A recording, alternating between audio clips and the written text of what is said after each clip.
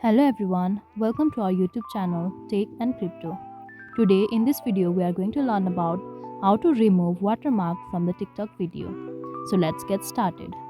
Whenever we download a TikTok video, we see such watermark in the video.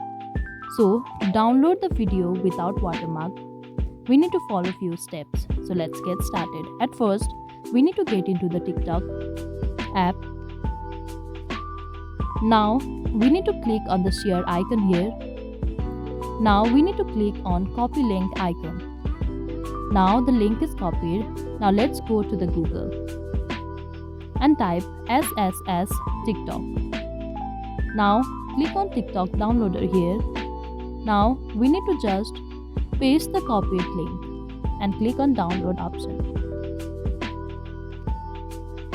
Now we need to click on without watermark. Now the file is downloaded. Now let's click on open. We can see the video is downloaded without any watermark. So this is how we can download the TikTok video without watermark. I hope now you can easily do this. So that was all for this video. Please do like and subscribe. Thanks for watching. See you in the next video.